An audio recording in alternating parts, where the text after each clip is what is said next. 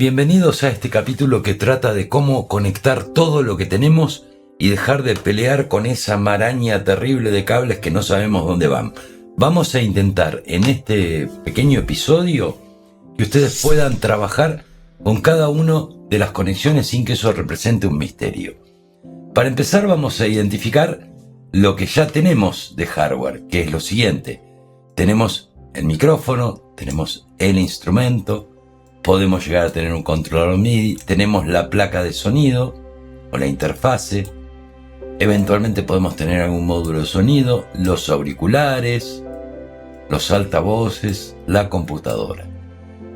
Vamos a empezar por lo básico. Lo primero que tenemos que conectar es el cable USB de datos que va llevando y trayendo datos desde la plaqueta de sonido hacia la computadora. Si ven, las conexiones USB de datos están en esta infografía referenciadas en color celeste. Aquí tenemos la primera conexión de la cual hay que preocuparse. Lo que sigue es intentar conectar las salidas de audio. Los auriculares casi siempre se entiende que van en la salida donde tiene el dibujo de headphones o auriculares. Los altavoces puede ser un poquitito más complicado. Hay que leer en la placa de sonido cuáles son las out, los monitor out, los stereo out, todo lo que diga out y conectar el left en el altavoz izquierdo, el right en el altavoz derecho. Después veremos con qué cable. Aquí puede haber varios tipos de cable y generalmente son conexiones estándar, pero esto puede variar. La siguiente conexión es el MIDI por USB. En color violeta vemos el cable MIDI que va desde el controlador hacia el USB de la computadora, o el cable MIDI que va desde la computadora hacia el MIDI in USB del módulo de sonido, si los tuviere. A veces las conexiones MIDI no son vía USB, sino son por cable MIDI estándar, en cuyo caso conectamos el out de un controlador al MIDI in de la placa de sonido y el out de la placa de sonido al MIDI in del módulo de sonidos. Y si tienen un sintetizador, que es dos cosas a la vez, controlador y módulo de sonido, van a tener dos cables MIDI estándar que van hacia el mismo periférico.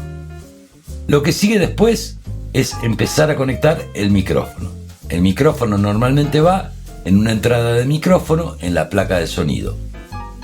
Van a tener un control de ganancia para establecer si es un micrófono o algún otro tipo de instrumento, como podría ser la segunda conexión de la guitarra, que la ponemos en otro canal de la placa de sonido y le damos un poco más de ganancia.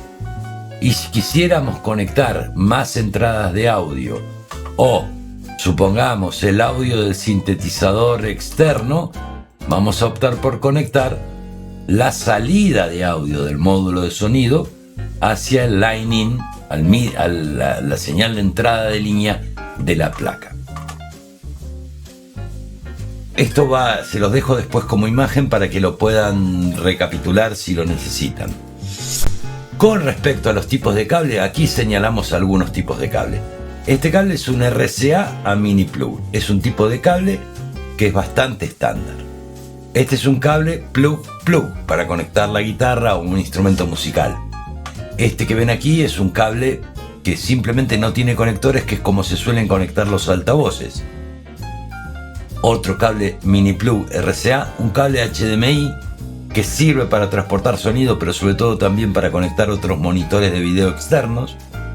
Un cable balanceado plug a Canon XLR, un cable mini plug XLR, cable XLR, cable Canon, cable MIDI, este es el ejemplo, cable MIDI estándar, cable USB, donde seguramente utilizarán este tipo de cable para conectar el teclado MIDI y o la placa de sonido, y otro tipo de cable USB, en este caso con USB-C de conector, para conectar también la placa de sonido. Normalmente los teclados recién ahora están viniendo con conexión USB-C, por ahora usan la vieja conexión USB-B.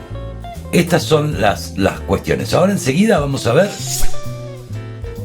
un mapa de tipos de cables y con fotos de conectores. Esto no lo voy a explicar. En tal caso, si necesitan, pausan el video Esto es por si ustedes quieren armarse sus propios cables. Son diagramas de conexionado. Importante a la hora de usar cables,